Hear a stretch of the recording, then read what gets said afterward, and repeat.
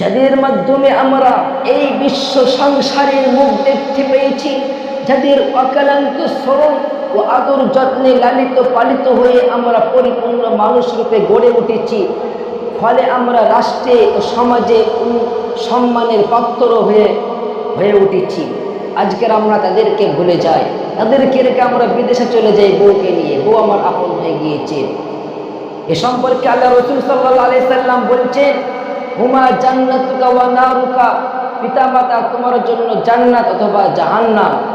অর্থাৎ তাদের খুশি আমার জন্য জান্নাত আর তাদের নারাজ তোমাদের জন্য জাহান্নাম। ওলামায়ে কেরাম প্রায় বলে থাকেন, যখন সন্তান পিতামাতার কথার উপরে উল্টো পাল্টে জবাব দেবে এবং পিতামাতা সন্তানের সাথে কথা বলতে ভয় পাবে যে কি জানি বলবে কোন এই কথাটা বললে, তখন সেই দিন থেকে সেই সময় থেকে